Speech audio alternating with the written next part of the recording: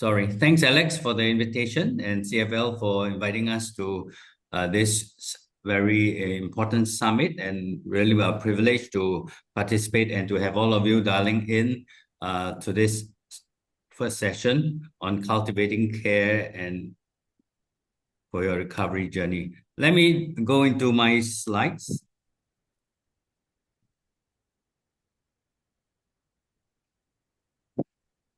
Just to make sure all of you are seeing the slides properly, a quick thumbs up. So as far as the sharing session is concerned, I'm going to share some insights for cultivating care and cherishing life in the caregivers, caregiving and recovery journey. And just for the benefit of the people dialing in, this is a quick outline, the brief outline of the presentation. I'll share a little bit about myself and the organization that I'm with, Salt Care, the client groups that we serve and the services we provide, and most importantly, the larger part of the sharing will be on perspectives on caregiving at the individual level, at the organizational level, and even as employees. And I'll share insights on how to thrive in the caregiving journey. And following that, at the end of my session, and then there's a co-presenter.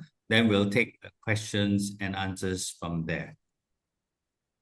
So about myself, so personally, I'm a caregiver to persons with depression, anxiety, and dementia. And these are persons in my family circle and the circle of friends whom I'm supporting. So these are persons with various mental health conditions, and occasionally we see them presented with suicidal thoughts. For myself personally, I've completed level 2 training in wellness recovery action planning, which the acronym REP, and where there are lots of clinically validated tools and coping strategies is US-based modality. And as far as I know, there are only 2 persons in Singapore who have completed level 2 training. So I'm one of the 2. Professionally, I'm the executive director of Salt Care, a mental health charity supporting peers in Singapore. So depression, anxiety, suicide ideation are things we hear about and deal with as part of the work that we do as a mental health charity. Concurrently, I'm also the chief executive officer of the Promises Group, a leading psychiatric and psychological services provider. So again, in this environment, it exposes me to opportunities for caring for others with challenges related to various mental health conditions. So what I'm sharing with you this morning is a mix of a lot of it is my personal journey, a lot of it is from observations that I have, and also the practice in terms of how we are actively supporting persons with various mental health conditions. So in so doing, I have a short compilation about the stresses caregivers face. It's a short compilation, not a comprehensive list. And first of all, as a caregiver, there are conflicted emotions throughout the day, different feelings through a day itself, and there are highs and there are lows. There are all sorts of complex emotions that a caregiver feels. And very often, a caregiver feels a sense of anxiety, a constant worry, and in the need for hypervigilance for the needs and the mental state of the persons whom we are caring for. And there's also a sense of resentment. Why is this happening to me? Because caregiving affects our lives. Why is this happening to us? It affects our future. And caregiving is an exhausting effort. There's no rest days because you have to tied into the hypervigilance. You find that the sheer effort required to care for the persons whom we are supporting. In a way, there's no rest days, whether it's a public holiday or Sunday, you still are a caregiver. We are still caregivers. And there's also a sense of guilt. Frequently, I struggle with the question, have I done enough? Did I do the right thing? Is this the best way forward? And the guilt and feelings are very real. Added to that sense of isolation, feeling very cut off and in a way, the sense that no one really understands what I'm going through. That's how I feel as a caregiver from time to time, feeling very cut off. And also very vulnerable because anything can happen to the carry or happen to myself. So this feeling of being on edge is very, very real, being very, very vulnerable. A sense of entrapment, feeling stuck with seemingly no way out. And another one, resignation. It's a very defeatist acceptance of a difficult situation without hope of change. It's almost like, what can I do? What can I do? And in this short compilation, there are 9 elements in there, and I think, and perhaps, if you think about it, if any of this resonate with you or you feel any of these 9 emotions, I don't know whether you're allowed to chat, but you could put a short post just to give some activity. If you have all of these 9 feelings at any time in your recovery or in your caregiving journey, you might want to put 9 hearts, 1 heart for each, so that we know, okay, you resonate with this. But more importantly, these are all taken from the word caregiver. To help you summarize, these are the sentiments of a caregiver in the recovery journey. But I like to share that don't despair, as community support is available, as evidenced by this wonderful workshop that CFL has put together. There's really quite a lot of community support that we are putting together for persons out there. So I'd like to take this time to introduce SALT Care. We are one of the charity agencies supporting persons with mental health conditions and their caregivers. And a little bit about SALT Care.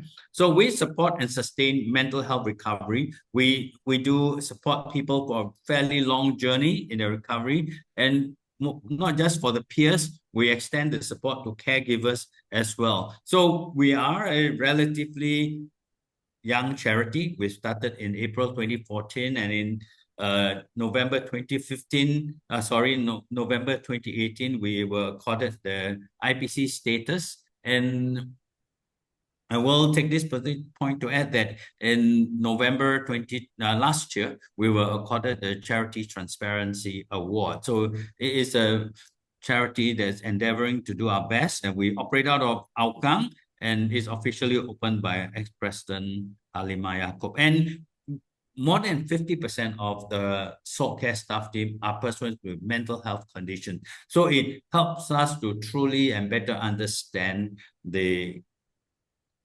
conditions of the persons whom we are supporting. And we support individuals who are coping with depression, bipolar disorders, anxiety disorders, OCDs, psychosis, and others. And as we know that there is a big need out there in the community, and a vast majority of persons with challenges don't seek diagnosis, we do not require diagnosis to join our general services. So if you feel support services that a charity like ours can benefit you, do join us, and we are there to help. And the age profile of the people whom we support are ranging from 18 to about 65 years old and above, but the vast majority are between the ages of 26 to 65.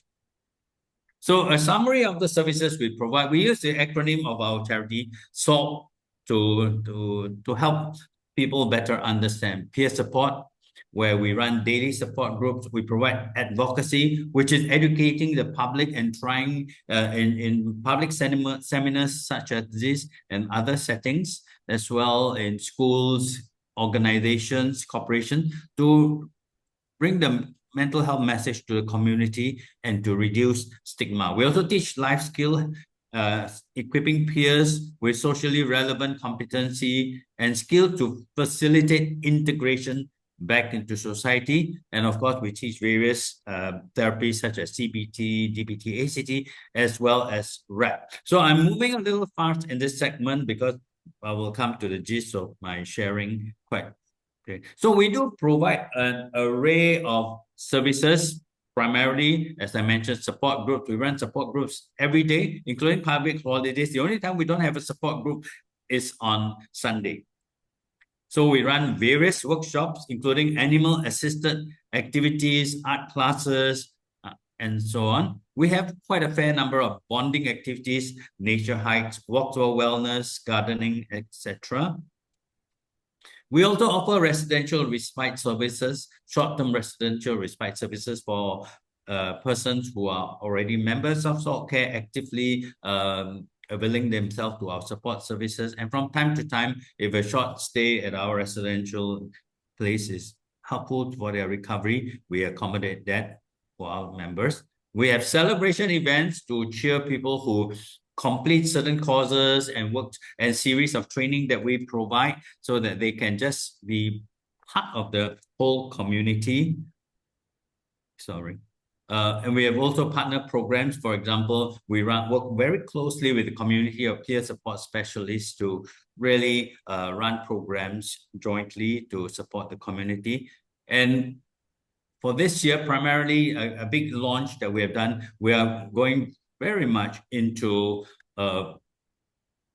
one-to-one support services, and the one that we really are excited and really introducing to the community is the Rise to Wellness, where it's a integrated program where we endeavor to support peers in their journey from struggling to thriving. It's a program where we really customize what you need and tailor it to what we have, or rather the other way around, tailor what we are offering and work with you to help you in your recovery journey so that you can thrive in your recovery. So basically, the people who want to participate in this Rise to Wellness one-to-one program are called service users.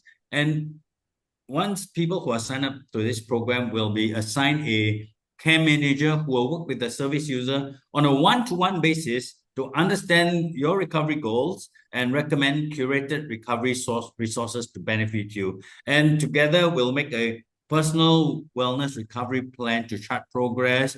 And we encourage the SUs, the service users, to participate in activities that are existing within SALT Care or within the community so that it will empower your growth and recovery. And for a length of time, it may take 6 months, 9 months, 12 months. We will journey with a service user to bring you to a state of wellness and recovery. And there's a lot of words. So in a simple diagrammatic program is how the program in a nutshell works. There's one-to-one support where you will be assigned a care manager. There'll be a personalized recovery plan because every person with a mental health condition, the needs, the challenges, the goals are different, and therefore we want to customize a personalized recovery plan for you.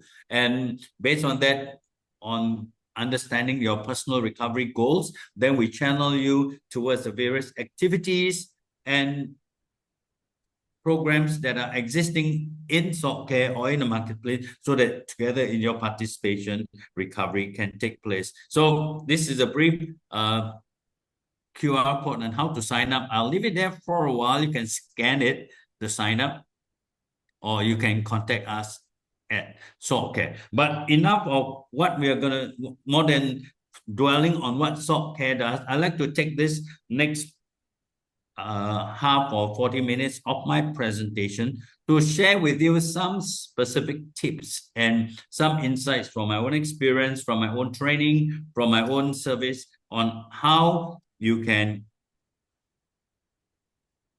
find recovery and self-care. First of all, I'll start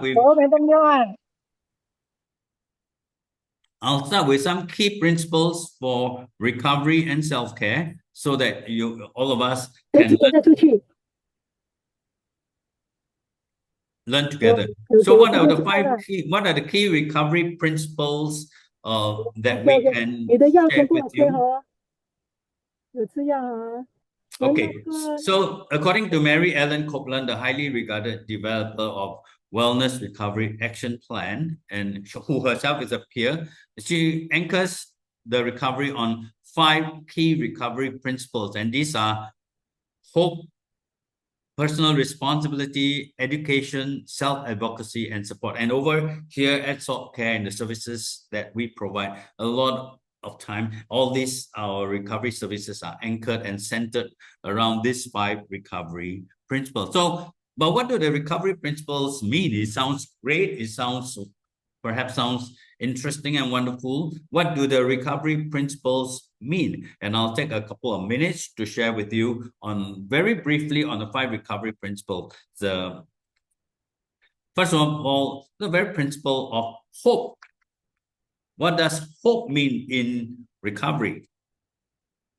Hope is the belief that tomorrow, a very deeply held belief that tomorrow will be better and the bright future awaits us. And this is a very important anchor for recovery, to have that sense of hope that recovery is possible. It is having a bright future ahead of us. Hope is not simply wishing. It's not just wishing.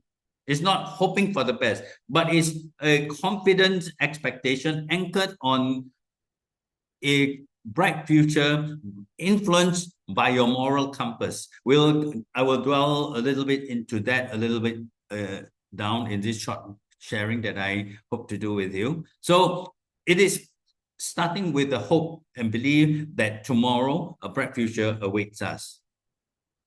The next recovery principle is personal responsibility. As the poster shows, it starts with you. It starts with me. We want to recover, if we want to get stronger, we want to get resilient, we want to get better. Whatever our goals are, it starts with personal responsibility. You are the expert on yourself. So it's up to you to take personal responsibility for your own wellness. In a nutshell, if we want to get well, we have to do it ourselves in that sense.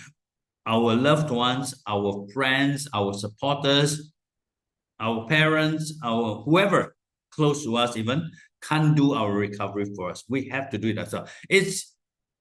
Some of you might think it's so basic, it's so simple, but it is something that we truly need to do. In many of the principles that I'll share, you'll find that it is not difficult. It's just putting this into our daily lives. Education.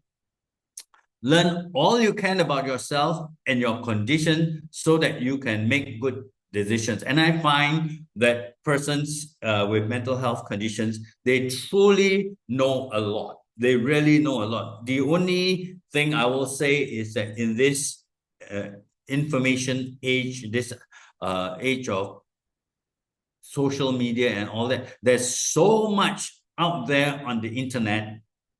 So there's a little bit of filtering that's required, some wisdom to know which is real, which is not real, which is true, which is not true, and some amount of relating and filtering information is required. But in a nutshell, there is a need to learn all about recovery. There's a need to learn all about medication. There's a need to learn whatever we need to learn so that we can all improve. So education is a very, very important element of the recovery process, a key recovery principle. The 4th principle is extremely important for persons with mental health conditions and even for caregivers, because this whole point about self-advocacy, self-care coming first. So self-advocacy is not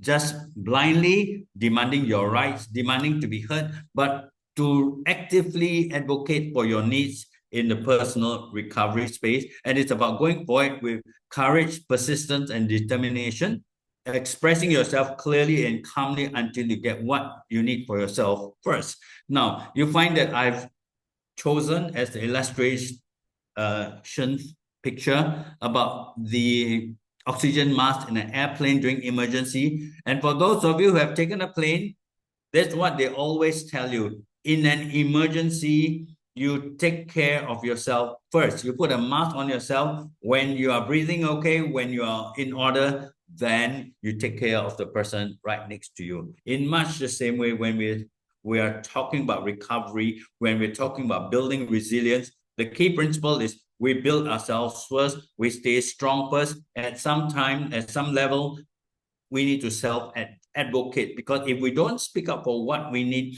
if we don't let people know what we need to recover to get the space back for ourselves, they won't know. And it's very closely tied in to that principle of personal responsibility. If we are in a constant mode of caring and caring and caring beyond a breaking point, you'll find that we are not actively self-advocating for our needs. The next principle is just as important, and that's support. Having persons who empathize with your journey, whom you can call upon when you need or want help. And this is a very important point which I underline. Support. Find persons who empathize with you, whom you can call upon. Now, let's say, for example, some of us have said, oh, my grandma is my greatest supporter. How old is your grandma? You say, oh, my grandma is 92 years old. Can she really help you in your time of need? My best friend is my greatest supporter.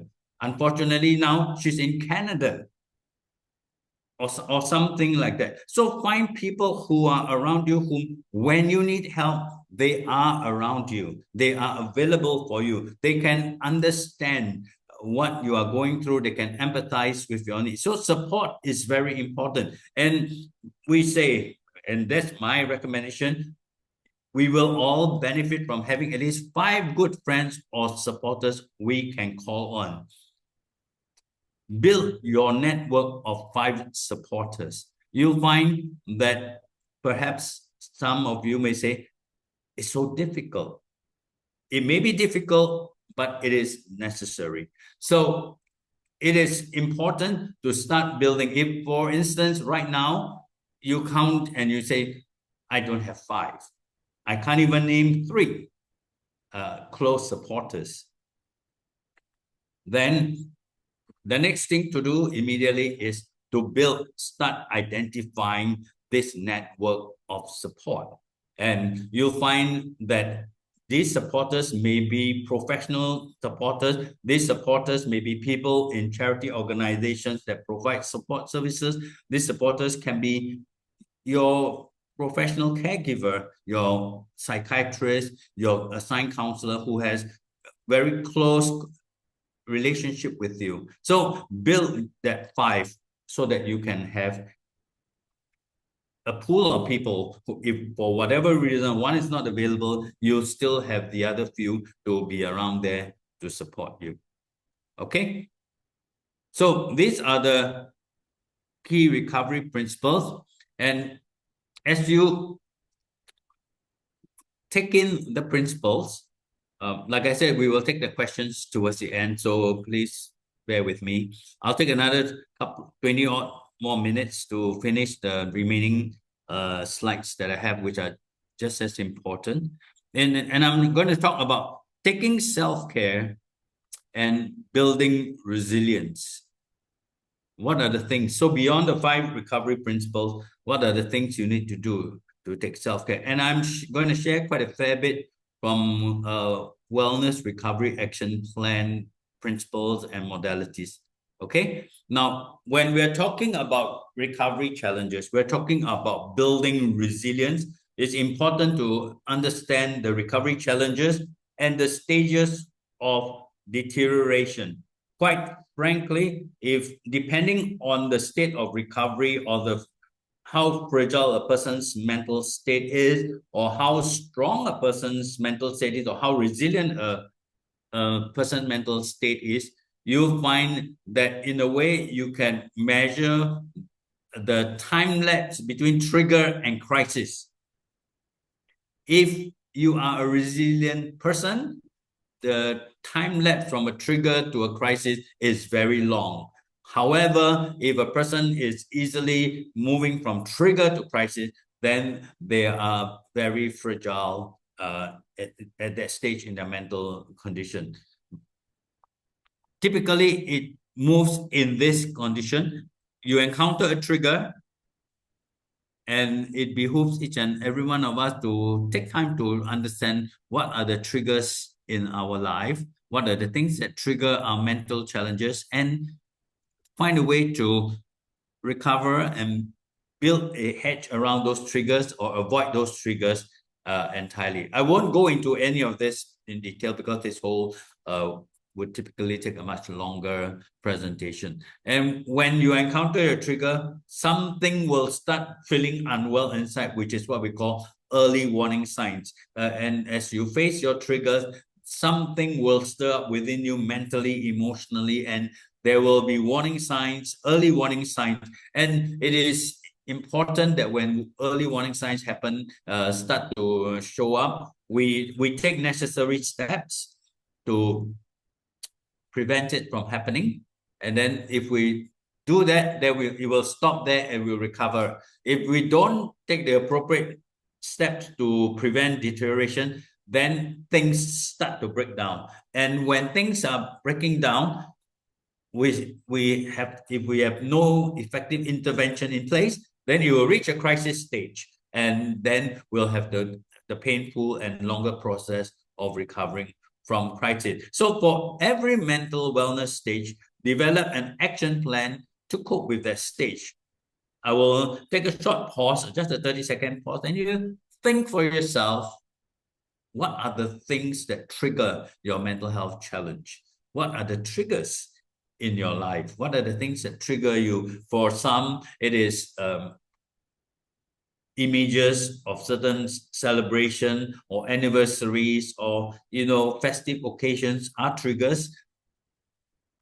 Horror movies are triggers. Traumatic images could trigger. So for each and every one of us, the triggers are different, but it's important to identify the trigger. But the important thing is this: for every mental wellness stage, we would need to develop an action plan to cope with that stage. What do you do when you encounter a trigger? What do you do when you recognize early warning sign? What do you do when things are breaking down and God forbid it happen, but when you reach a crisis stage, what can we do to bring ourselves out from crisis to recovery?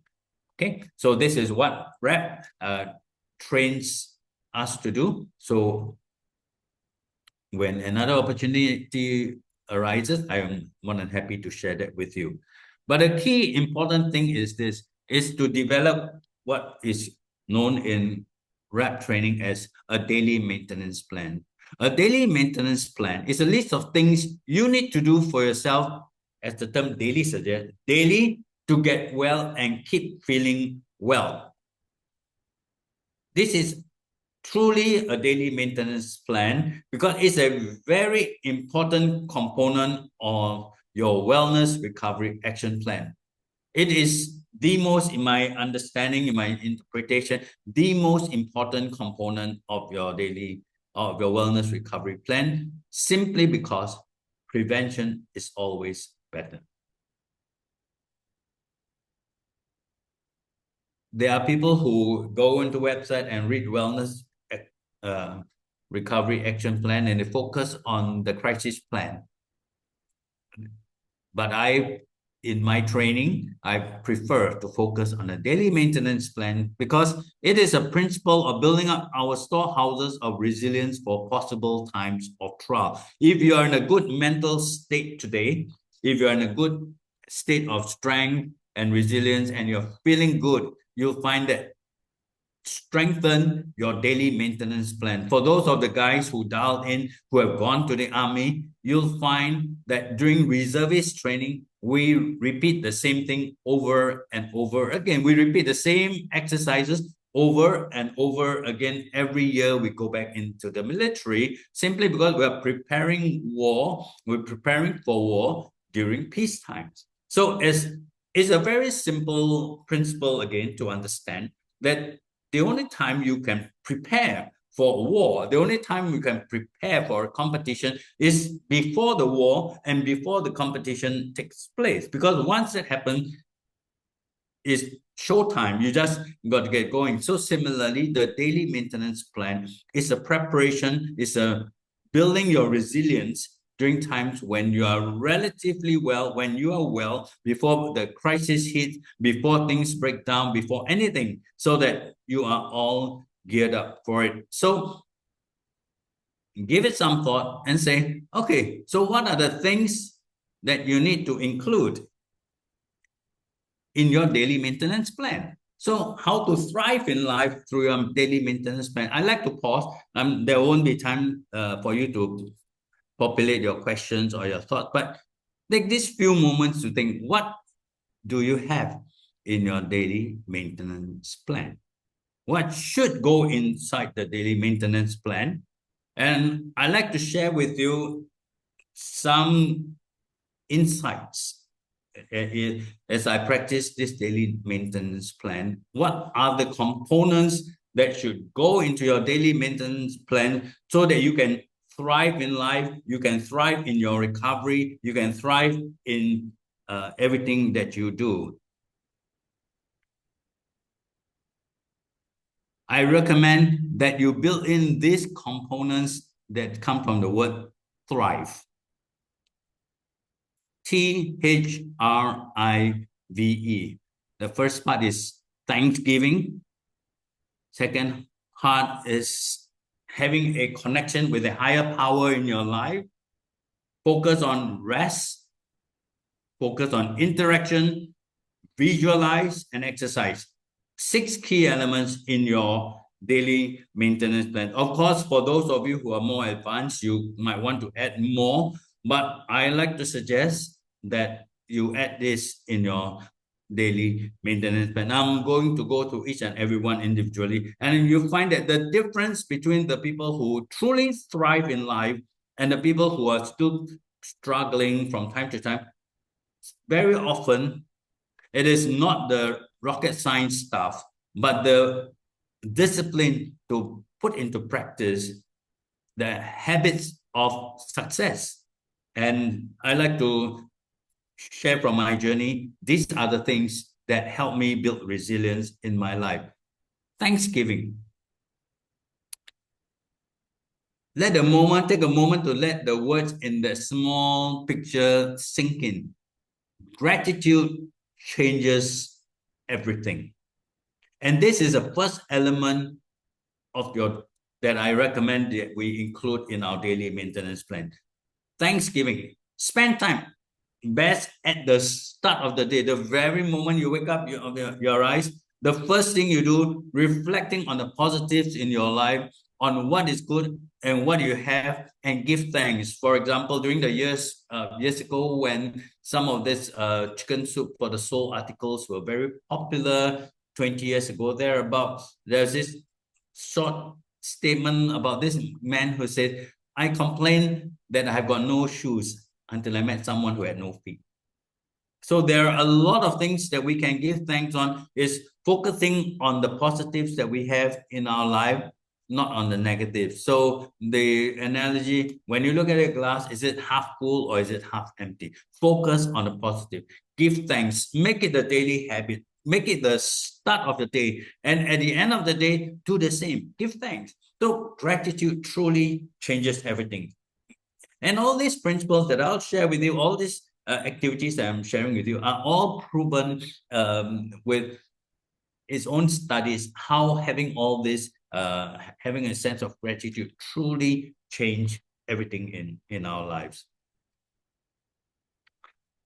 The next activity on your daily maintenance plan is connecting with your higher power.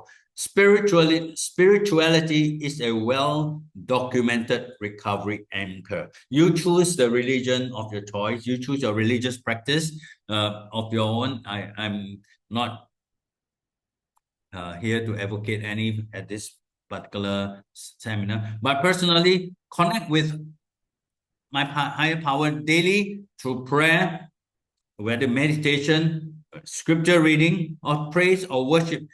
Identifying our higher power should be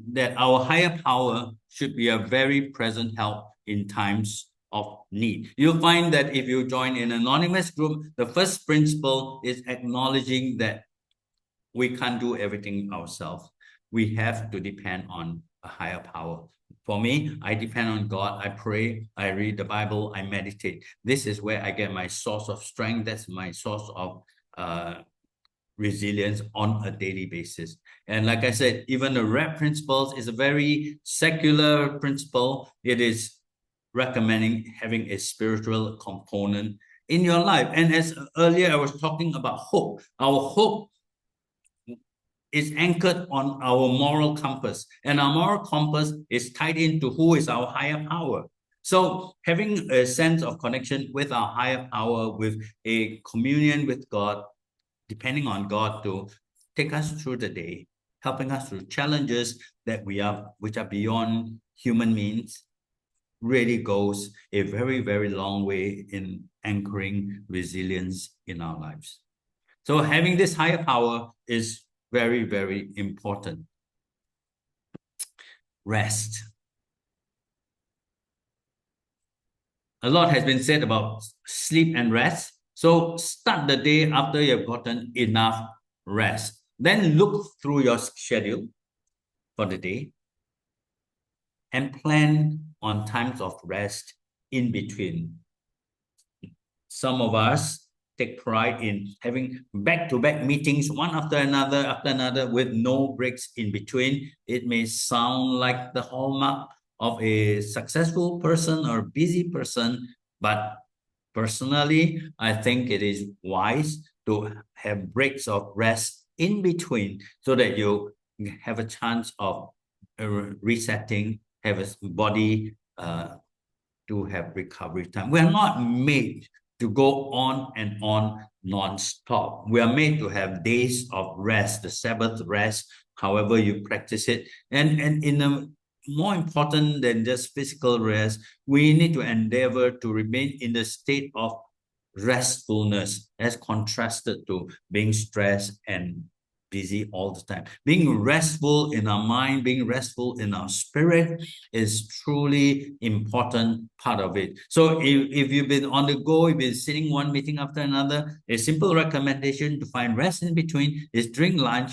go for a short walk around, kind of have a quick lunch, but walk around wherever you are for a 10, 15 minute or break in between schedules so that there is enough opportunity, there's enough time for the body to rest and recover from whatever we are doing within the day. And let me refresh, we are not talking about rest one day a week only, but reminding yourself about this. This is about daily maintenance plan. Within the day itself, have periods of rest. We're not talking about sleeping on a job. We are talking about having some breaks in between so that we're not on the go all the time. I trust all of you understand what I'm going at.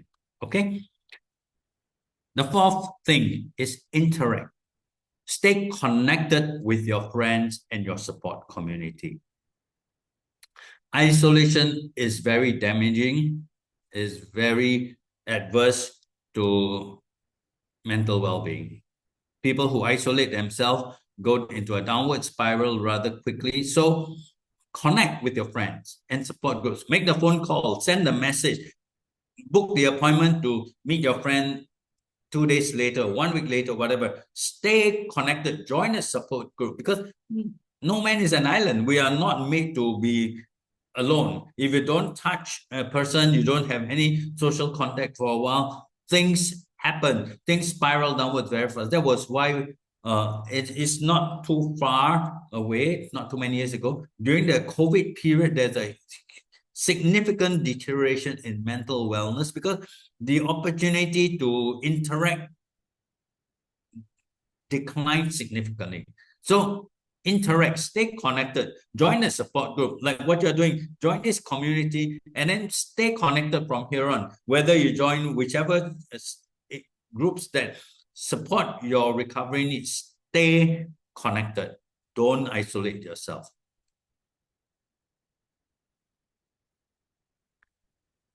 This is my favorite, visualize. Initially, it was most challenging to find a word to really help understand V, but visualize how we see ourselves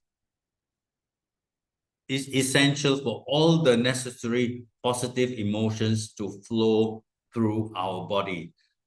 And when we talk about visualizing ourselves, I'm not excuse me. I'm not talking about just a vision of the future, of who we are or what we can be, but who we are at this point in time.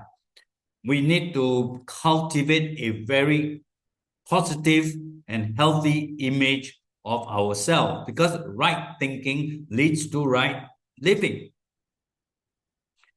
See yourself in the positive light. See yourself as a conqueror. See yourself as vibrant. See yourself as healthy. For myself, I see myself as deeply loved. I'm highly favored, and I'm greatly blessed. I get this from my church teachings, and it gives a very positive health image for me, and I stay resilient. It does not mean that I have got no problems in life.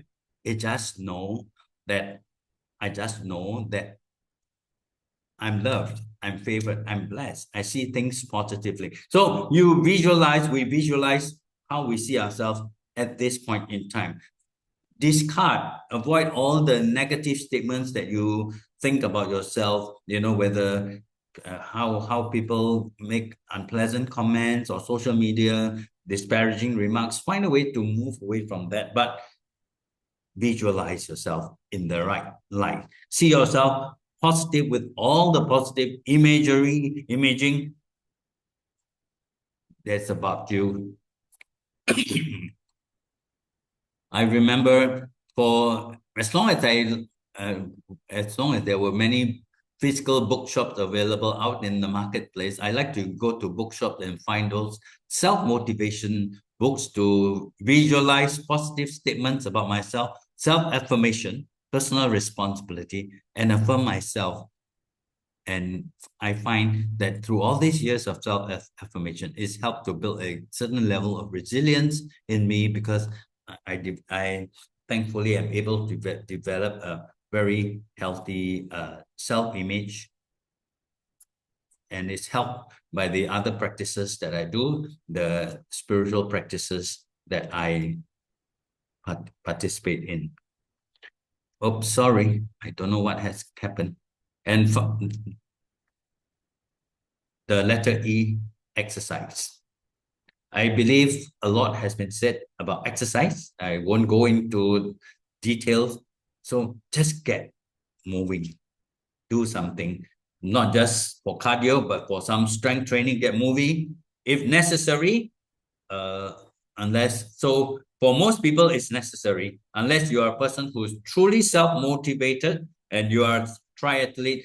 But for the rest of us, find an exercise buddy so that we can do it regularly, whether it's and in this is a daily maintenance plan. So do a 10-minute exercise, a 15-minute exercise, brisk walk, brisk jog, some exercises that you can do at home. There are a lot on YouTube that tells you, no, just do these 3 exercises with 10-15 minutes a day, and it'll help you for the rest of your days, for your mobility, for your agility, etc., etc. So this is what you do daily. So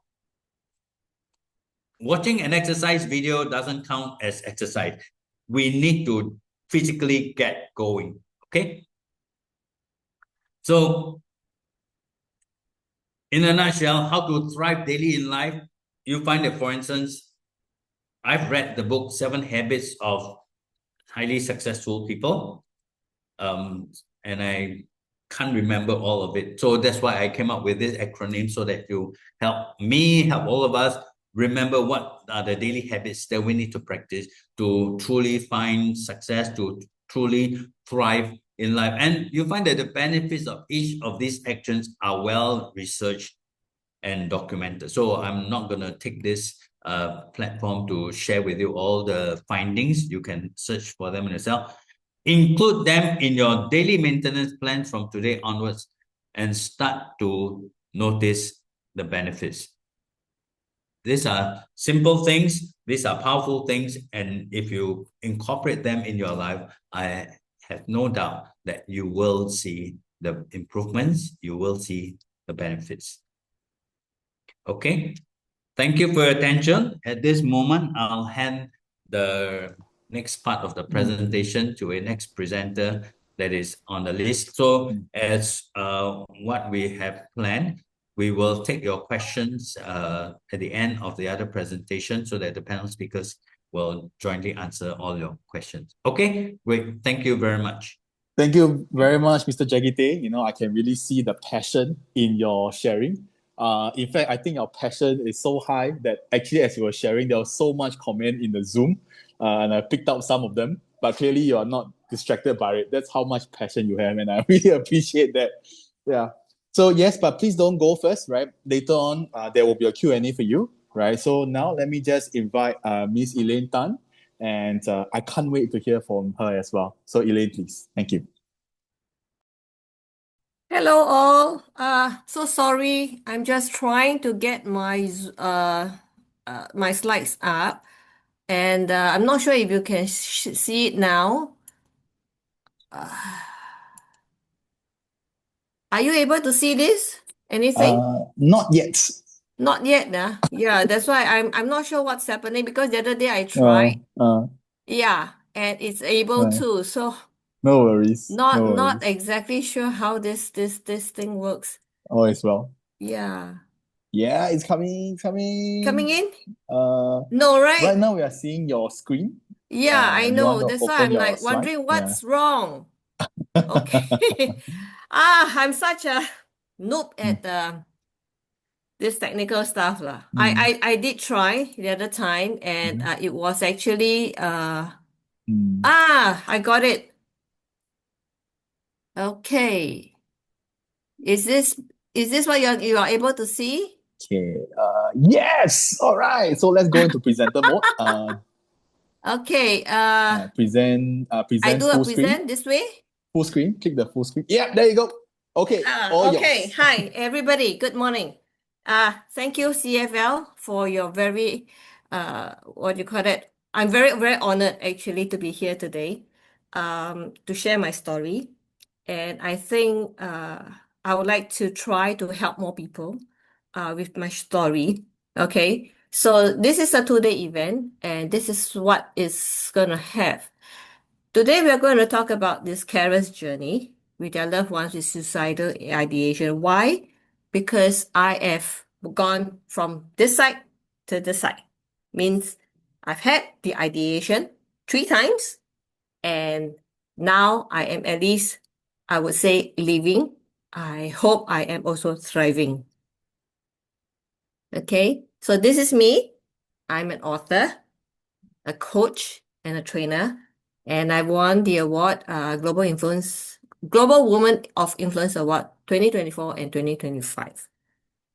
I wrote this book because I felt that there are many people who are struggling in their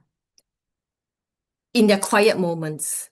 It is very, very heart pain to know that when they are struggling, uh, they basically either have no one to turn to or they're afraid of turning to someone. Okay. But with this book, I hope that, you can get a copy at the local bookstores. With this book, or you can message me.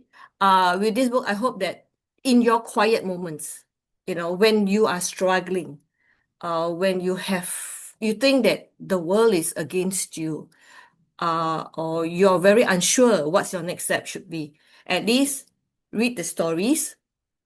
I have 6 stories inside, and you can try to see if any of these stories relate. Okay, and I really, really hope that somehow or other this book can speak, to you and help you in your journey before you actually decide that you want to go to uh find somebody else like a coach or a therapist or something like that, to journey on. Okay, so again, once again, it's hello to everybody, to the friends who have signed on for this, registered for today's talk. Thank you. I really, really appreciate your presence. And to those people who I've yet to meet, welcome. Okay, we remember those who have passed on. Uh, to the eternal rest. So with every goodbye, we actually learn. Most importantly is to every carer who had journeyed with someone with suicidal ideation, you are actually the unsung hero. We salute you. Okay? I salute you because it is not easy. I know. I do help people, and it's sometimes very frustrating. And it can actually wear you down emotionally as well as mentally. Okay? So I can only salute the people who are willing to walk this journey. They are really the unsung heroes. Okay? So again, I salute you. So now my story. Okay? Making the difficult choice. It is difficult. Why? Because do you live or do you die? I came from a very, I would say, controlled, it's not just discipline, but controlled childhood. My mother, it's a tiger mom, the extreme tiger mom. I was always not allowed to do a lot of things. Okay? For many years, I was a latchkey kid, meaning they are not at home. Parents are working, so I am told to come back home. I do not have the freedom to go anywhere. As teens, we tend to, start to rebel. But I don't have the courage to. I kept it all inside. It became so bad that at 14, I really thought of wanting to commit suicide. My story is actually very, very untold. So you are the first one to hear it. My dad recognized that I was suffering, and bless him, he told me to, I had no friends, okay, because my mom disallowed me to have friends. Whether at that time it's only phone calls or to go out, and I was not allowed to do either of them. So bless my dad because he recognized that I was struggling emotionally, mentally, and he told me to write in to the father of the church. That means because I'm a Catholic, okay? So he said, okay, write in to somebody. And lo and behold, one father took up my story, my letter, and through that, somehow or other, I managed to walk out of it. Again, before I even had this opportunity to write into the father of the father, I was planning how should I die. At that time, as a teen, the easiest and the fastest way was to just jump down. True? So, it's like I dare not. I won't have access at that time. We won't know about sleeping pills. We won't know about anything else. So, do I jump down or do I not jump down? Jump down, very pain. True or not?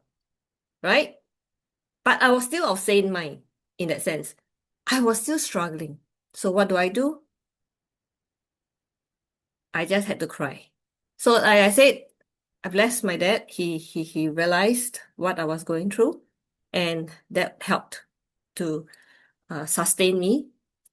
At least throughout my teenage years, my working life and all that. Yes, I do in between have bouts of sadness. We all do as our journey.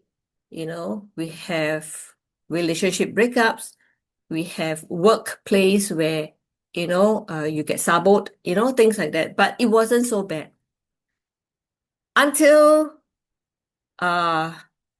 again, my next suicide was 21-5. It started actually in 21-3 when I had like the aha moment. Like, okay, so this marriage is not going to work out for me. So what do I do? Where do I go from here? Having been a full-time housewife for all these years, I don't have a job. I don't have an income. I don't have a house. So what do I do? Do I leave the marriage? Do I stay on? Should I commit suicide? Why? Because it was very unbearable. The kind of feeling, the emotional turmoil was really unbelievable.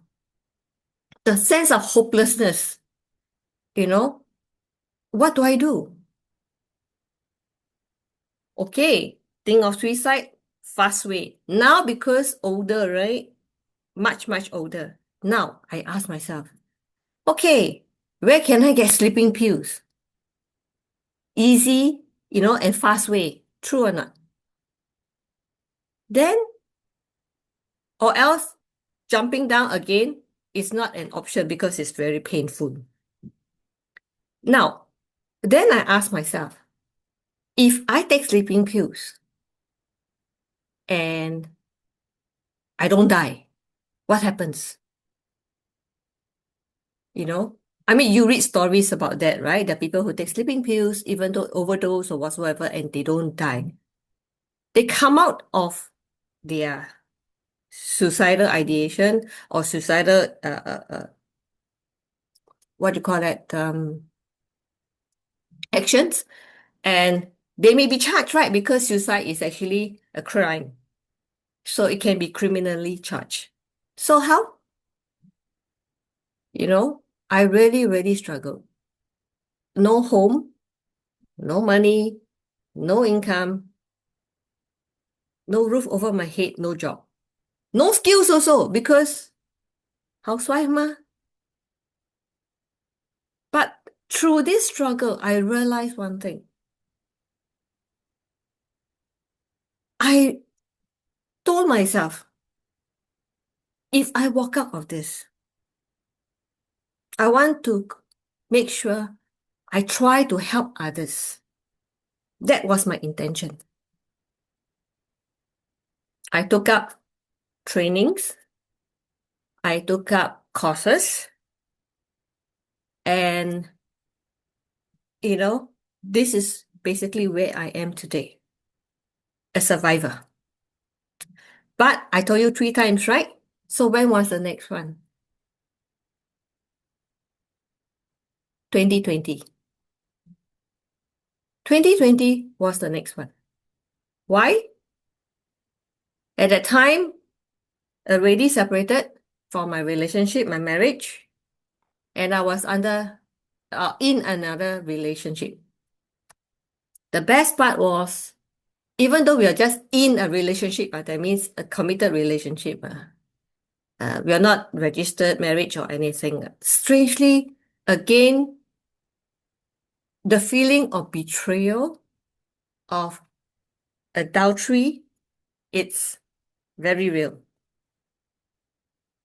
But this time, because, it was still a very big feeling of hopelessness. It's like, am I so worthless? Am I, do I not matter to somebody? Why is it that nobody believes in me? Okay, it was a huge emotional, internal turmoil and struggle and conflict. It was something that it's not easy to describe. It's like falling into an abyss where you do not even know where the bottom is, you know. However, because of my just almost recent struggle, you know, I decided that this time I would like to try to reach out. You know, I would really, really like to reach out to my surrounding few friends that I have and, you know, at least talk to somebody. It's not easy making that choice because it's like bearing your soul to maybe people that, you know, you do not know whether will help you in your journey or will just, you know, let you die. True or not? It's not easy, right? So what happens after that?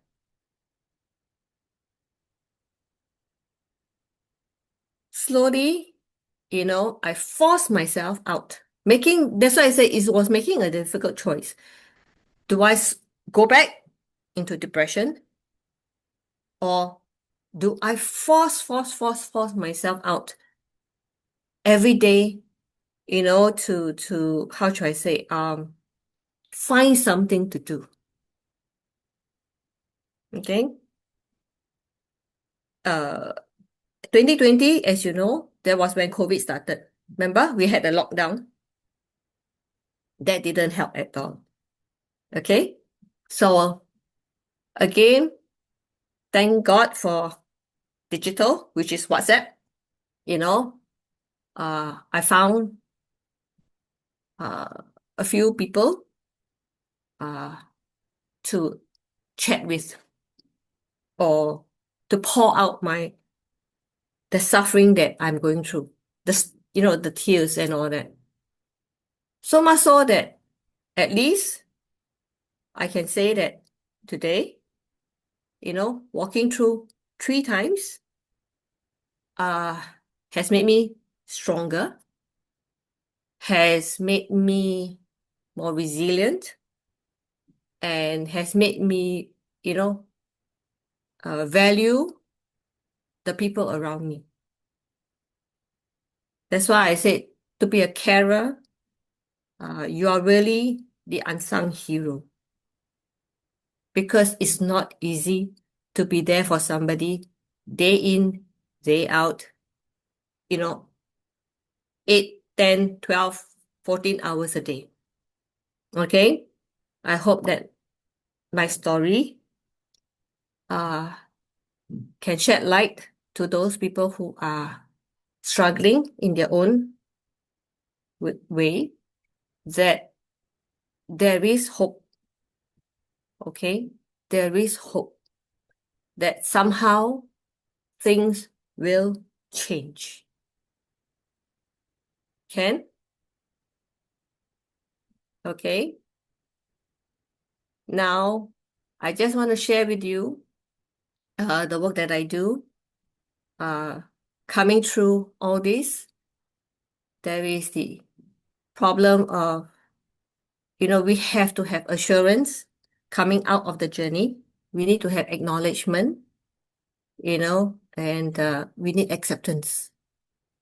It's all based on sometimes all these problems that we have, and we think, sometimes we overthink, and that's why, you know, we are unsure going through that journey, what's going to happen. Your attention, your carer who's giving the attention, the care and the concern matters a lot. For the people who are having this suicidal ideation, you can have anger, frustration, you know, you're very intolerant of a lot of things, and you are struggling with your overthinking, the helplessness, the overwhelms, and you know, and the worry, right? All these boils down to something called emotional hunger, emotional fragility, and emotional vulnerability. Can?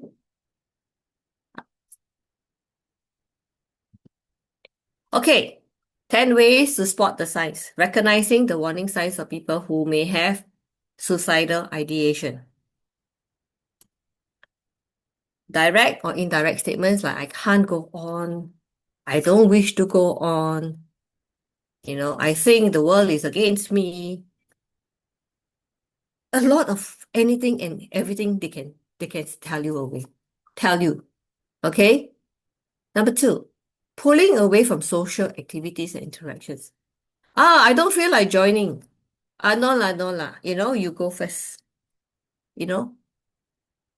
Then they give a lot of excuses like why they don't want to go.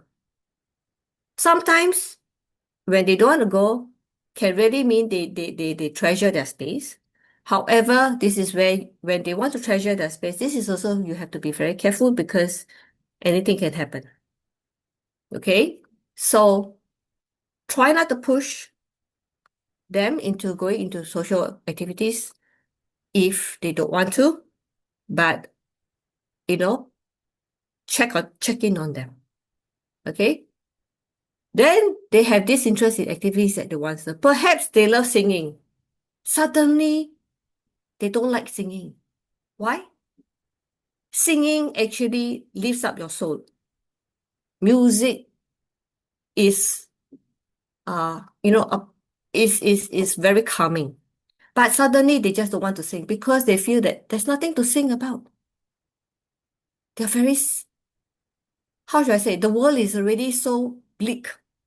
What is there to sing about? So those are the thoughts that they go in. Then there are people also who give away possessions. No lah, you can have this. You can have this jewelry. You can have this book that I like. You can have this laptop, When they start giving away, please be, it's okay to receive them, but again, keep a lookout as to why they are suddenly giving away possessions. And I say this clearly because I have a neighbor who told me about her mom undergoing depression, and started giving away possessions. Started promising, oh, no, you can take this jewelry, you can take that, So, good thing is this neighbor, this friend, realized her situation and, helped her into walking out of it. Because the mom also made statements like, hey, so sad. Now I cannot walk. I can't go here. I can't go there. Better if I die. Something that my friend said resonates so much with me. Then that part I'll tell you just a little bit later on. Okay. Now, taking risk. What is taking risk? Never mind lah if I get caught lah by police. Okay? Never mind if I drive anyhow how lah. Doesn't matter if I die ma. Doesn't matter because after all, nobody cares about me. True? These are some of the statements that they can make. Or, on the reverse of it, there is a sudden calm and feeling of peace. They go like, no, it's okay. No, I'm not angry. Suddenly the switch. It's a sudden switch. Or else these are the people may not take care of their personal appearance. They go like, anyhow wear lah. Doesn't matter if my clothes are not washed lah. Doesn't matter if, I haven't ironed my clothes. Doesn't matter this, doesn't matter that. So this, I don't care if my hair is untidy. I don't care if my hair is long or frizzy or anything. They just don't care anymore. Suddenly. Then you go like, how? Why? So these are a bit of I would say these are not exhaustive, what I listed here, but at least this one should be able to give you some form of a guide. Or else there are some people who always say, I have headache. Or I have tummy ache. Or my arm is very pain. I do not know why. Why? Nobody can explain. Will you ask them to go doctor? No need, no need, no need. I know lah, I know I have to take care. But do they? So pain, is also a form of silent calling for help. Or else signs of emotional distancing is like, it's almost the same as, as like, I cannot be bothered anymore. I'm not affected. I move away. I want my own place where I can just be where I am. I can hide in my corner.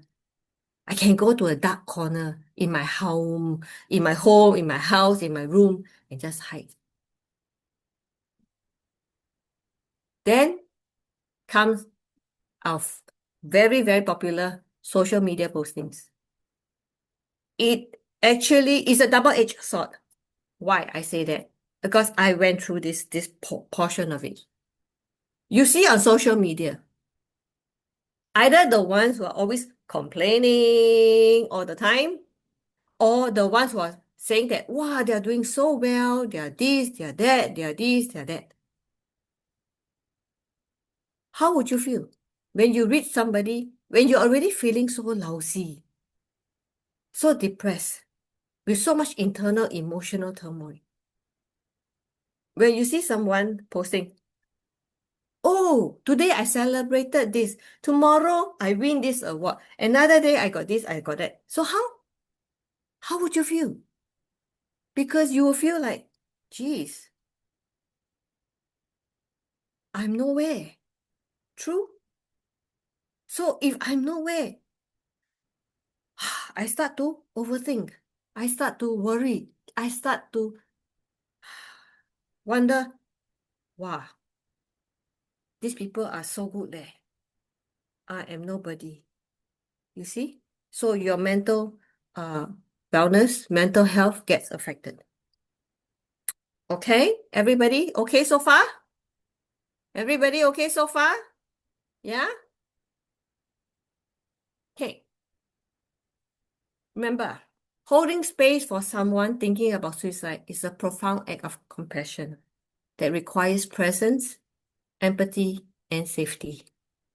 So make sure that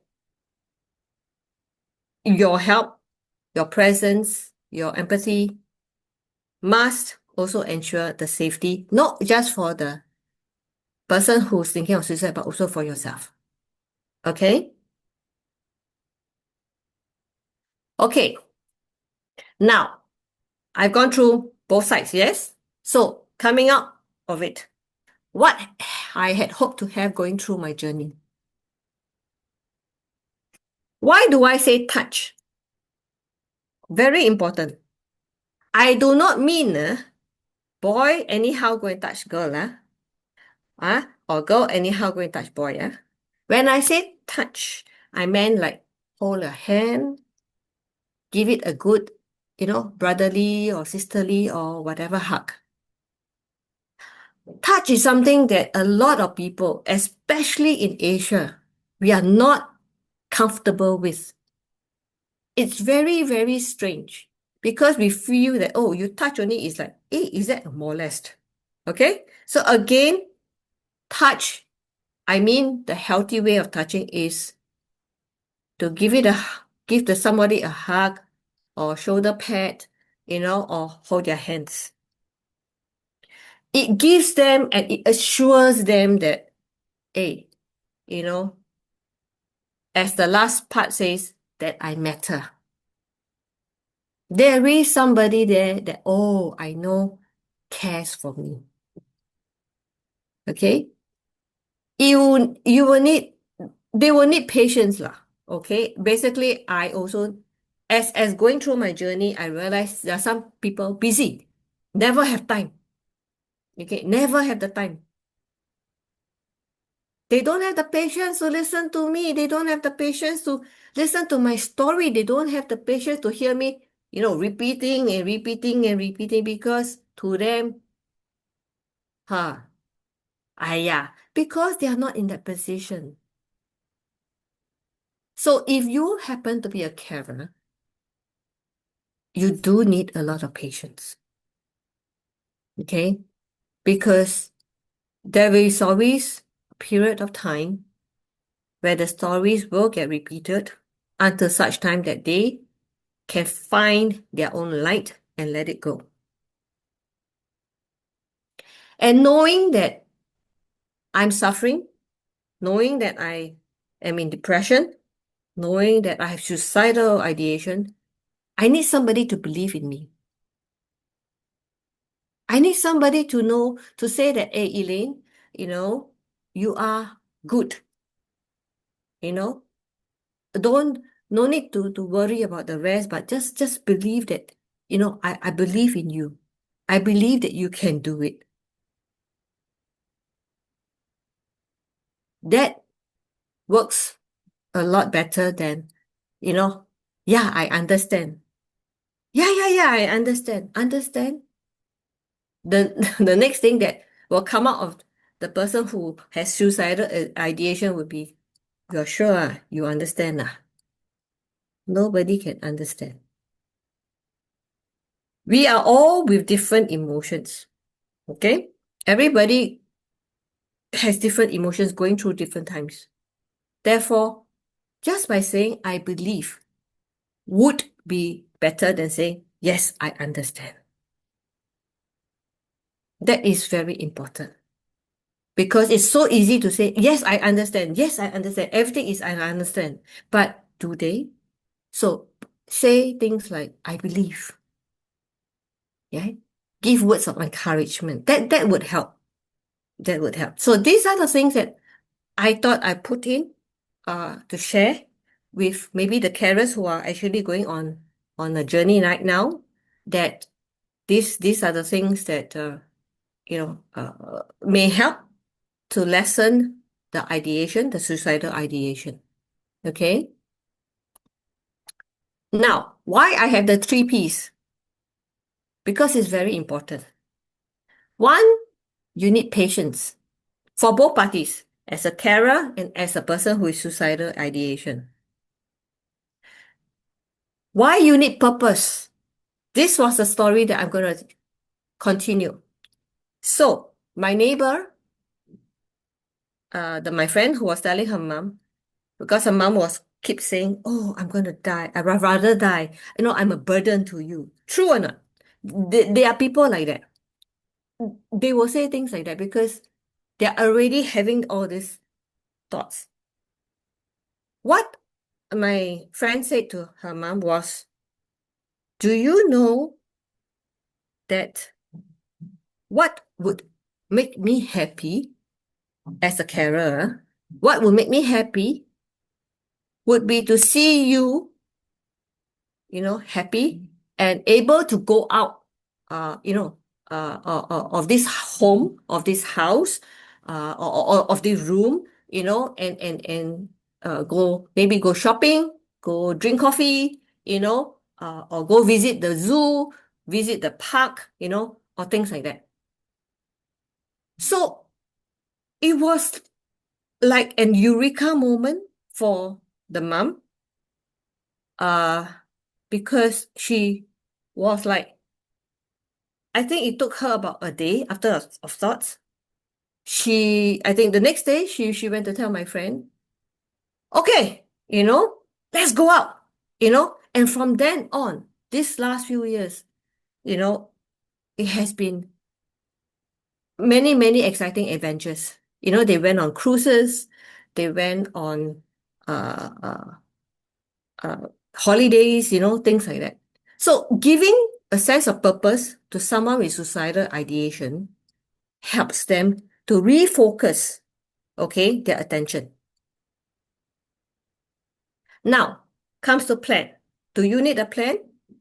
Yes. Not a plan for like, oh, I'm going to make $1 million, huh? Okay? Of course, you can have that, but that's like a dream and all that. But let's have a plan. Okay, let's plan. What is the plan?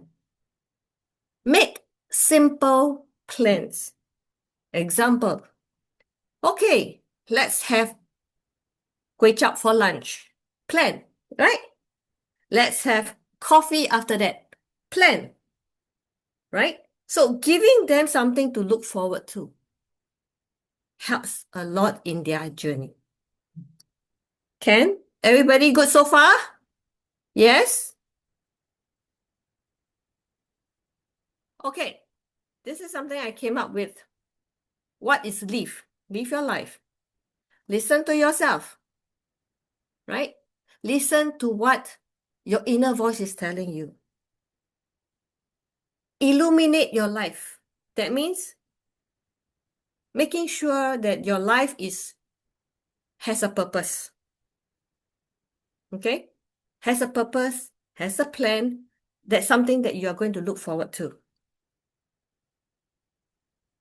Validate every shade of your emotions. Why? Why is validate? Why? Because sometimes not every day is going to be a sunny day.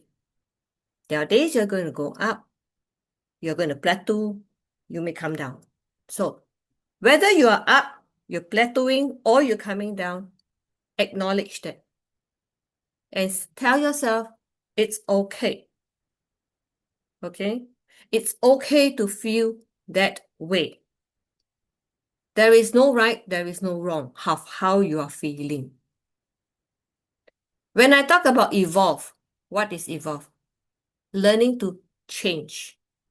Change the circumstances that you're in. Okay? Change maybe I don't know, your hairstyle, change maybe the color of your lipstick. Just change, just evolve. Slowly you will realize that it helps in your journey. Okay? Good so far? Now, your pain does not define you, but your courage does.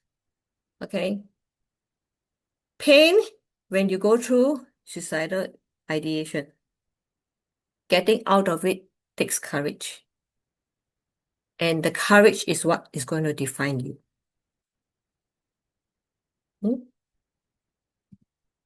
So, this is where I am, litmusshades@gmail.com. I am who I am. The tagline for Litmus Shades, I seek nothing except to be. Except to be what? To be the best version of myself. Okay, everybody? Can? And now, thank you so much for your time, for listening to my story. I hope I had somehow or other helped you get clarity, as well as, have the how should I say, the hope that tomorrow will always be better. Okay, nothing is permanent in this world, not even your problems. Thank you. No, thank you, Elaine, for sharing. Wow. I have to say that I felt so much as I was listening to your story, right? And I want to thank you for your courage, right? Not only to share, but also to use your story to inspire others as well. I mean, it is to my deep belief that it's really those people with lived experience that's able to share and also able to relate, right? So thank you so much for this. Now, what's going to happen now is that I'm going to be asking Jackie a question, followed by Elaine. And please keep your question going in the Zoom chat, right? I'll continue to keep a lookout. And from time to time, I may also ask any of the participants or attendees who are interested to ask a question to just unmute yourself.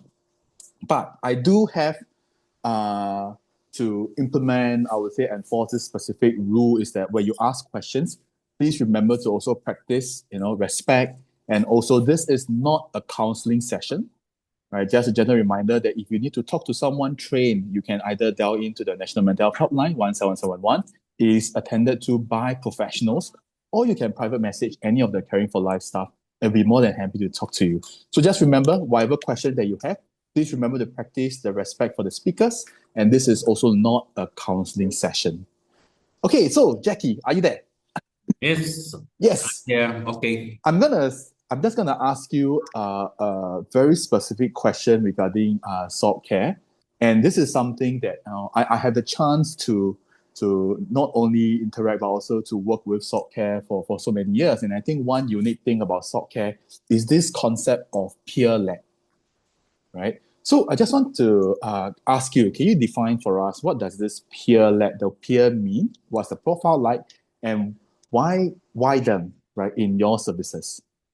Okay, thanks, Alex. So as far as SOC care is concerned, SOC care works on the premise that we are an organization, a place for peers by peers.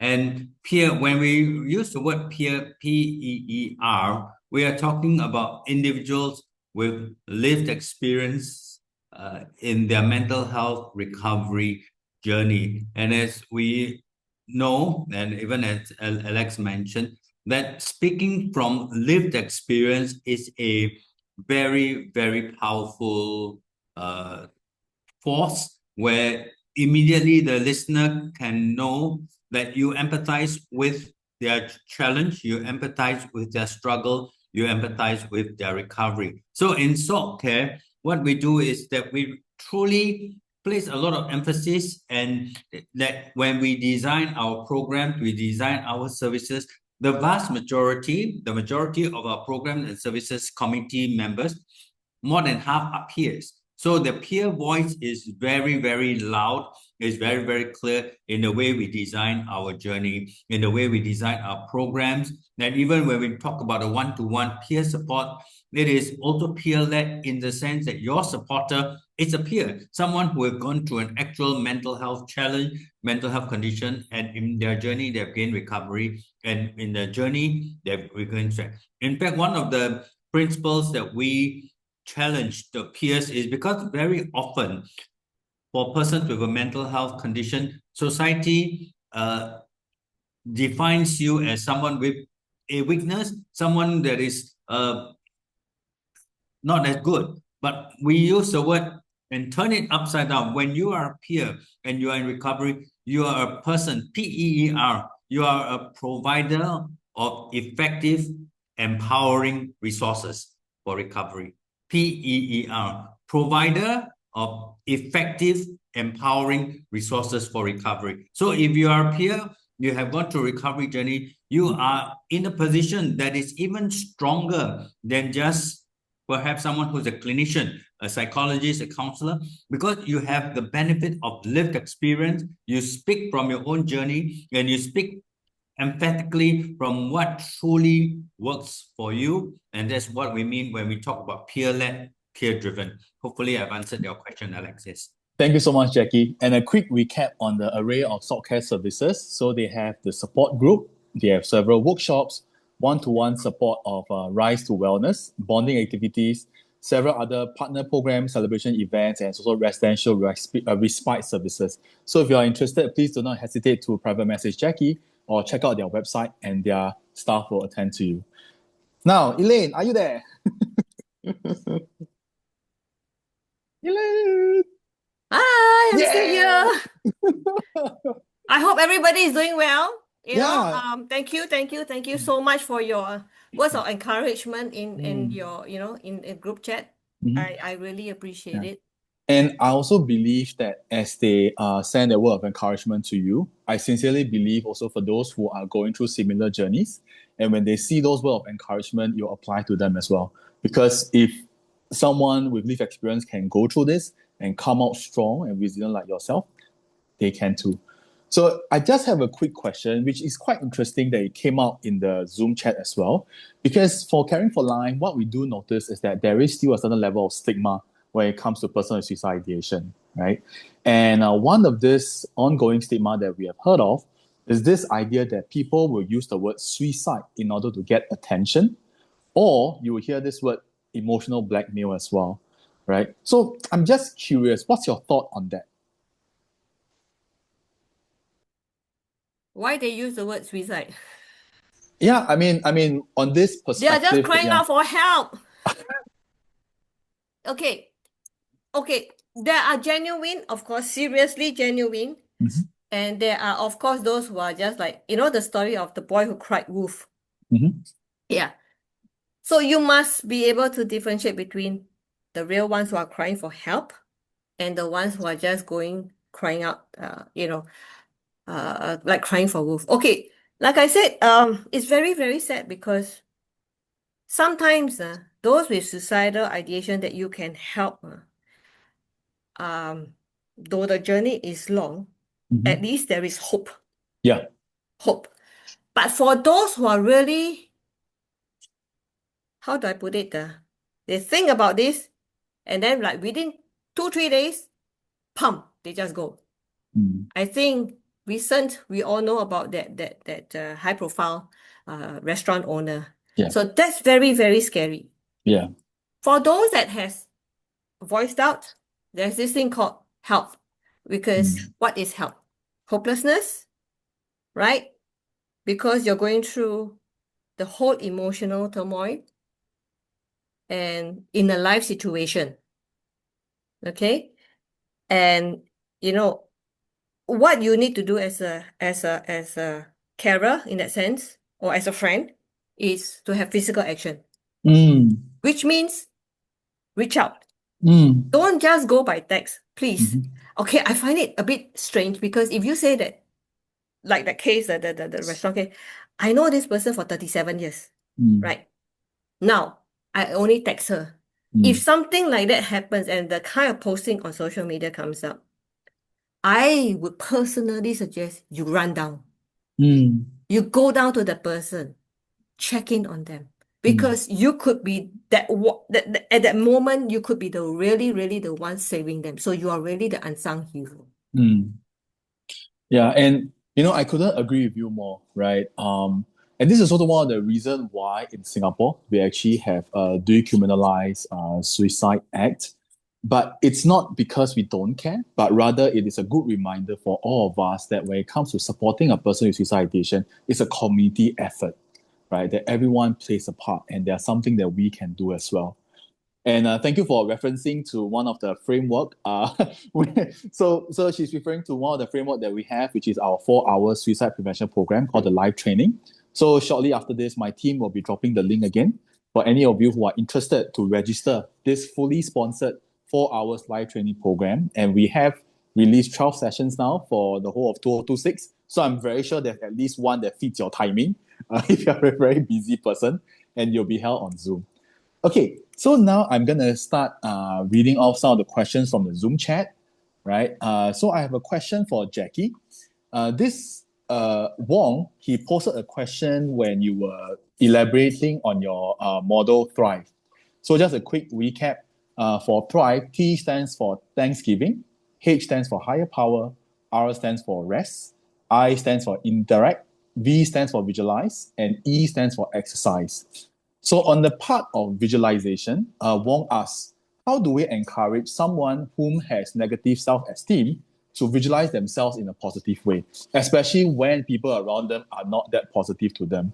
And Valerie also echoed the same question as well, and elaborated that if someone who has very negative self-esteem, it could be due to a lot of past traumas, and there's a lot of negative thought cycling. So how do you help them to reframe things in a more positive manner? So Jackie, your thoughts, please. Okay. Thanks, Aloysius, and thanks for the very pertinent questions because these are real journeys that people go through. And you'll find that all the activities are not in isolation. So, and it's all interconnected. And one of the key things that we would encourage persons as part of the whole journey is this: connect with people who have positive self-esteem, people who are positive, and as much as we want to have a wide circle of friends, we should also learn part of identifying people who are toxic, who are very negative, very disparaging in their comments and everything. And so you find it, take personal responsibility, join a support group, join sessions where you learn and really expose yourself in materials on social media, wherever, and join groups, whether it's through SOC care of caring for life, and find a supporter who can help you, okay, to do this. Sometimes we find that, all the principles you find it are interlinked, that at least in the starting point of a recovery journey, don't do it alone. Don't expect to do it alone. And for some of us in our community, we are blessed to have supportive family members. It's a reality. And yet there are those who, for understanding their situation, their family members are not at all supportive. Therefore, there are community resources available that provides you the kind of grouping that you need so that you can find support, you can find affirmation, and through interacting with people who have gone through the journey and learn from them, hear them. For example, in a typical support group, the facilitator is also a peer, someone who has gone through the recovery journey, and he or she will share his or her own journey. He or she will share how they affirm themselves daily. One of the things we all know as persons with mental health challenges would be it's a daily basis. You'll have what we call automatic negative thoughts. So how do we overcome? So interact with the community, join the support group, and in so doing, you'll find that you slowly learn tips on how to build self-esteem, how to have positive visualization about your self-worth, and that how you will hear from others, and others in the group will support you and say, you really matter. And it's a key point, as Elaine shared in part of coming out from suicide ideation, is when you begin to truly see and hear other people affirming you that you really matter. So yes, join a support group, and as you begin on the journey and as you get more confident, then you can pick up materials on your own. Even for myself, on a daily basis, I self-affirm myself, give myself an assurance of my self-worth, or where am I standing, because this is part and parcel of the journey to resilience. Thanks, Jackie. One more question for you on Thrive. Sure. From Florina. She asked about regarding the higher power aspects of Thrive under your DMP. What would you recommend for an atheist? Okay, so I will say this for myself. I acknowledge, for me, that there are problems, there are challenges that are truly beyond what man can solve. But in terms of higher power, if you are an atheist, I believe, therefore you have to evaluate and assess where your spiritual values derive from, where your moral compass comes from. And at the same time, at the very least, this is my recommendation. I'm speaking from you as a person who believes in God, who believes in a higher power. But if you are an atheist, you don't believe in any God whatsoever, any religion, the very least you need to have, and this is just my thought in placement, is to look for a role model of recovery. Look for a role model of resilience. However, do know this, all humans have frailties, all humans have weaknesses, and no human is as powerful as a higher power. But nonetheless, I recognize that it is it's important for people who don't ascribe a spiritual belief that you have something else. Of course, there are people who would believe, like for example, in anonymous groups, that higher power can be a supporter, can be some, even I've heard they ascribe a teddy bear as their higher power because that's a security blanket or something. But I like to say this, a higher power in this instance is someone whom you can really look to for strength, for encouragement, and for support. I hope that is helpful. Thank you for clarifying.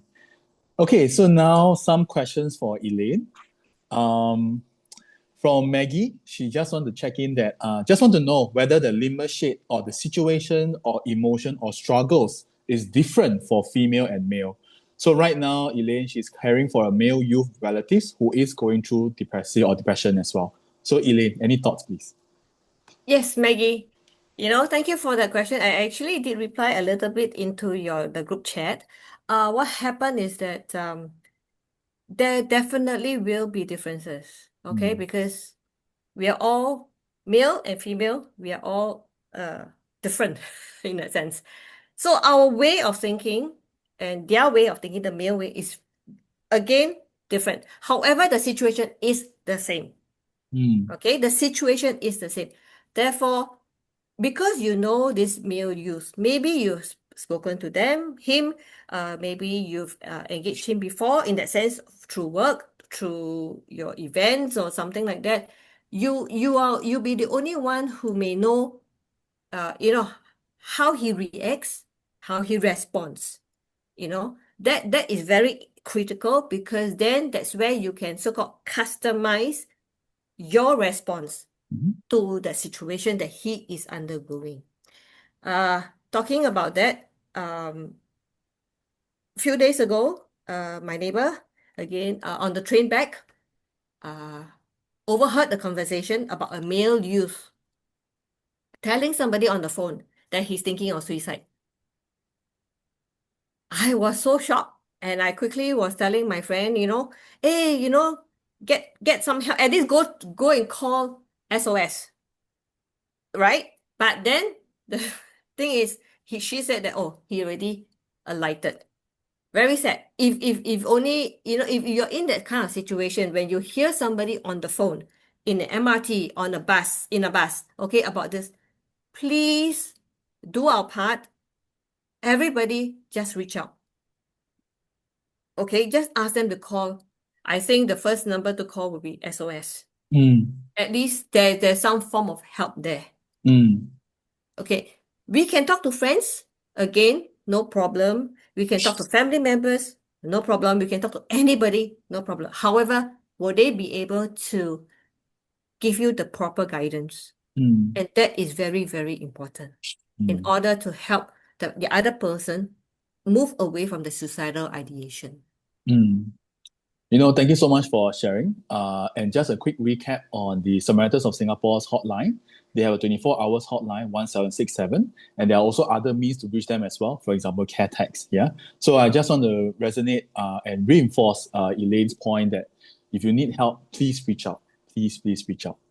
Now, I have an open question for both Jackie and Elaine, right? So one of the attendees raised a specific scenario whereby, but I'm going to generalize a little bit, whereby what if we are in this family, or a friend who is in this family group where there is no support?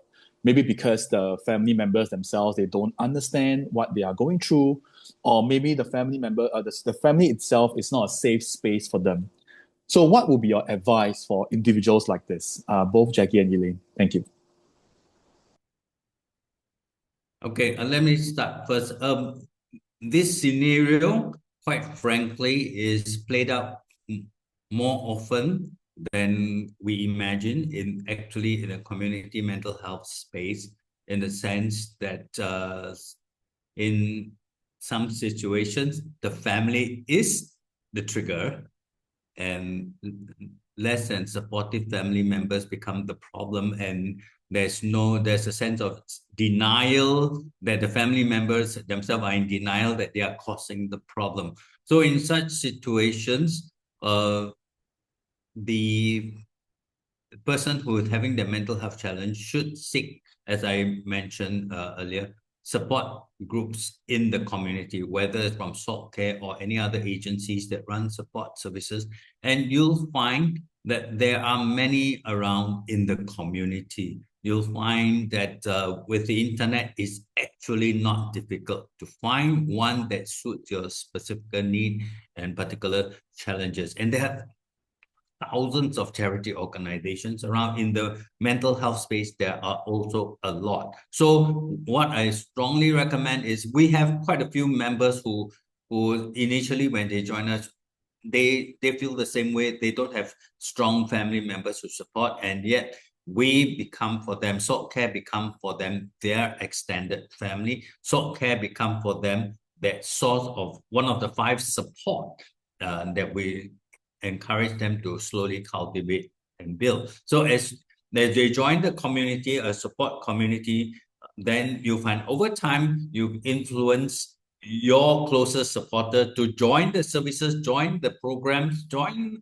the workshop, so that your closest supporter is part of the journey in understanding all the challenges related to supporting persons with mental health challenges or suicide ideation, that in turn they can be more effective in supporting you. So yes, get connected, I would strongly encourage find a support group. That's a starting point. Elaine, anything to add on? I would, if your family member is not supportive, or you cannot find support in your family, you are the friend. That's why you're bringing this issue up. Can you offer them help? Can you reach out and offer them a sanctuary, offer them a place where they can like maybe move to temporarily at least, to get themselves calmed, get themselves, at least emotionally stable, so that basically I would suggest like try to move this person away if possible, because that was the struggle that I went through. So I know I don't have family support.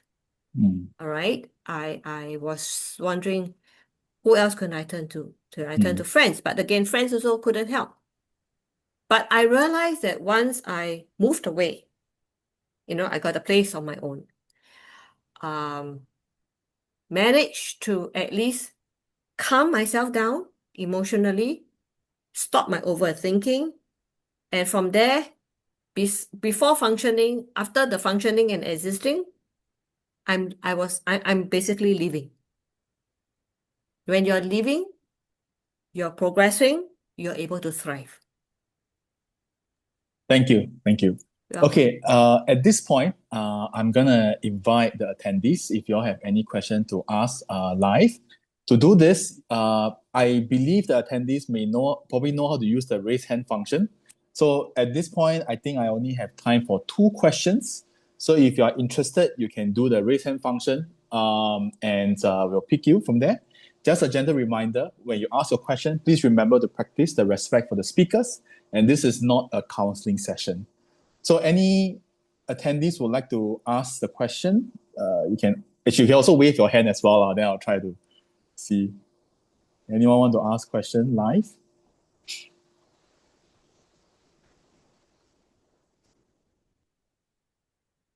Okay. Oh, I have one. Can someone please mute? Okay, yes, unmute, yes. So Cynthia. Hello, I just want to first of all say thank you for your priceless sharing, both of you. Thanks very much. So my question is, are your services, especially for salt care, available for non-Singaporeans living in Singapore?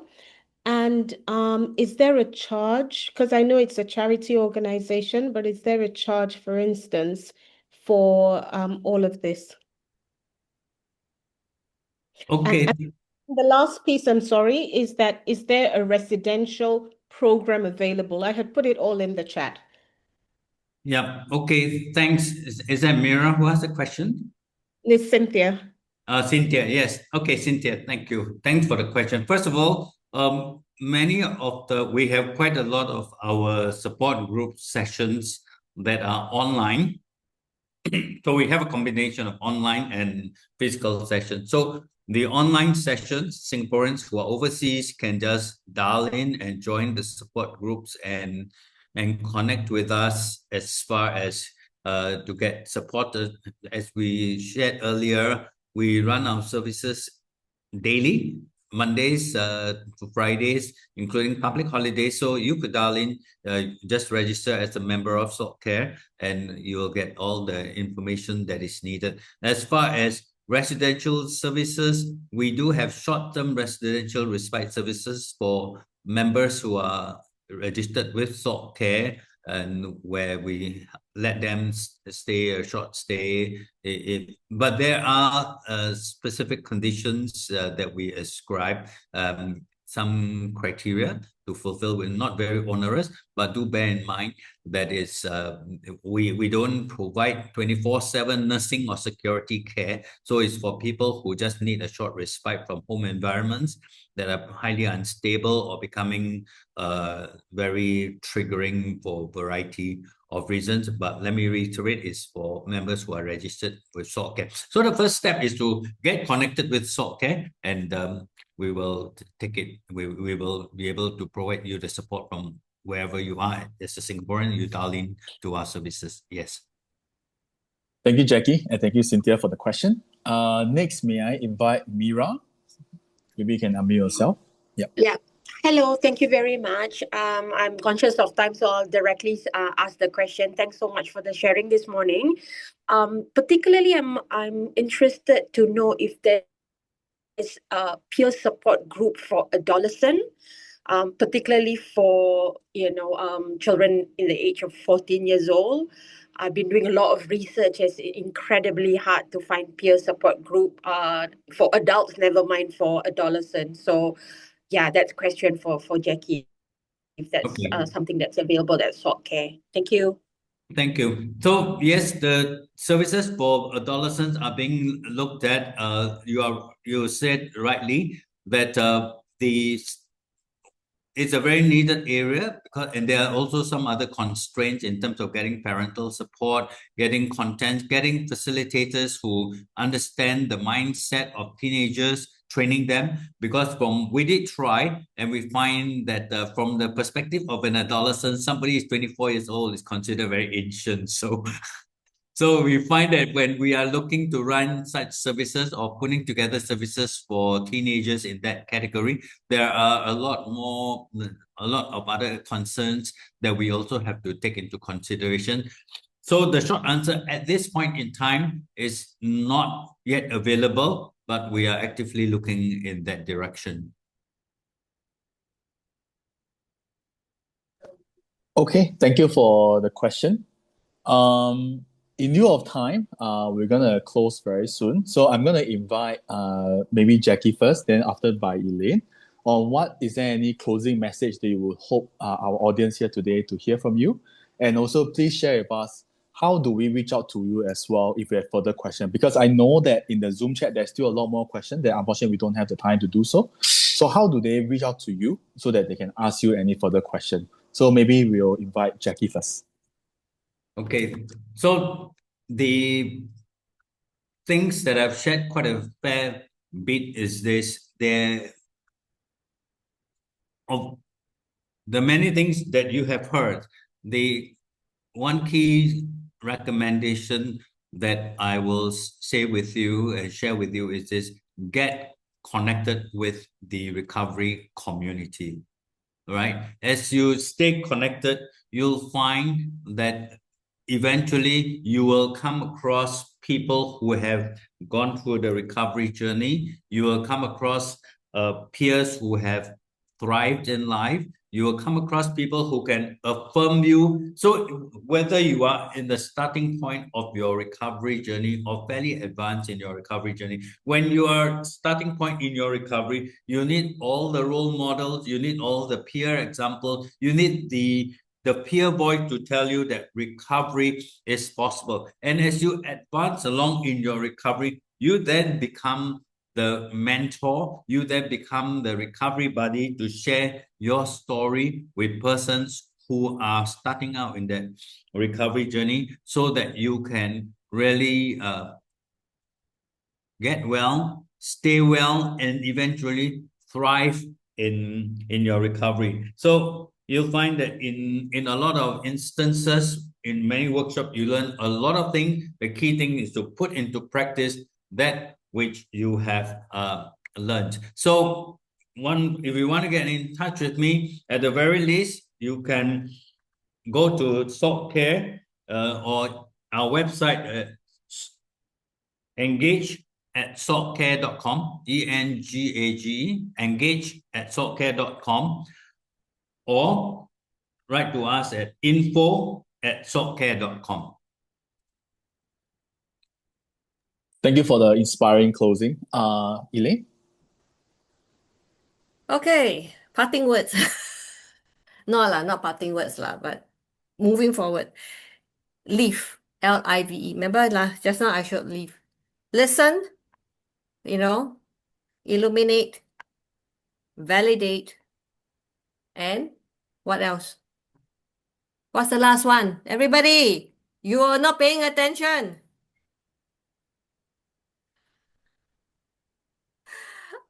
Okay, never mind. You're going to figure out what's the last E. Okay?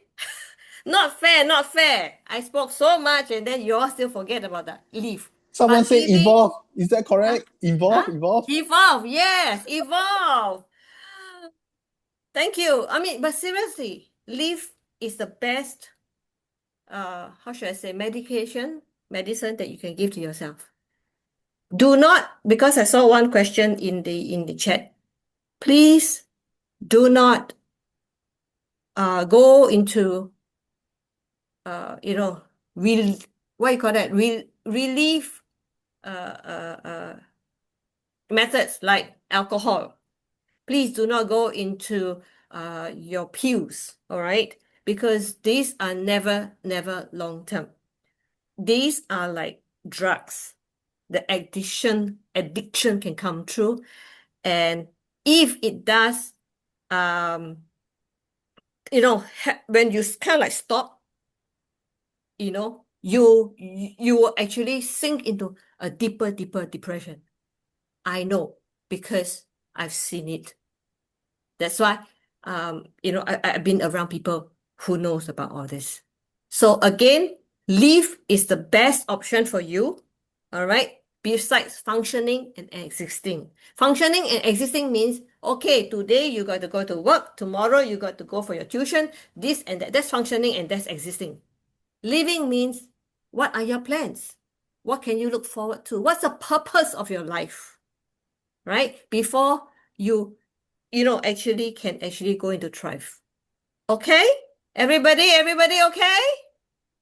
But how do Thank how do you. they reach to you? I'll contact you if they have questions. Yes.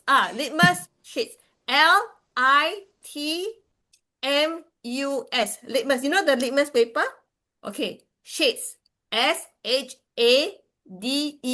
Shades. Because we are of different shades, right? We have different moods. We have different. Now, litmushades@gmail.com. Can everybody? I receive your email. I will reply to them.